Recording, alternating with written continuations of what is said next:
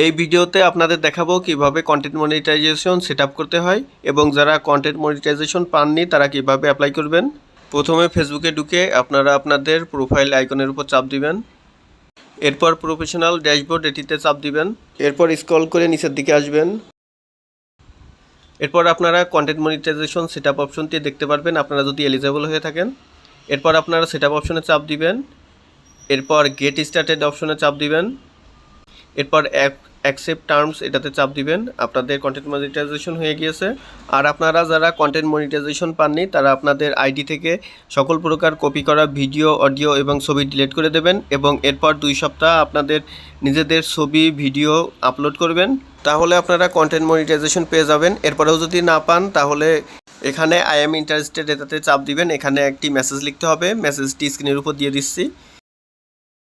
এটি আপনারা লিখে সাবমিট ইন্টারেস্ট এটাতে চাপ দিবেন।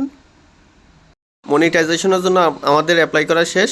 আপনারা যদি আপনাদের আইডিতে নিজস্ব ছবি, ভিডিও ছাড়েন তাহলে অবশ্যই পেয়ে যাবেন, কিন্তু অন্যের ছবি, ভিডিও এবং অডিও কপি করলে কিন্তু পাবেন না। এর পরের ভিডিওতে দেখাবো কিভাবে আপনারা pay out account set up করবেন। এতক্ষণ আমাদের সাথে থাকার জন্য ধন্যবাদ। চ্যানেলটি সাবস্ক্রাইব করে আমাদের সঙ্গেই থাকবেন।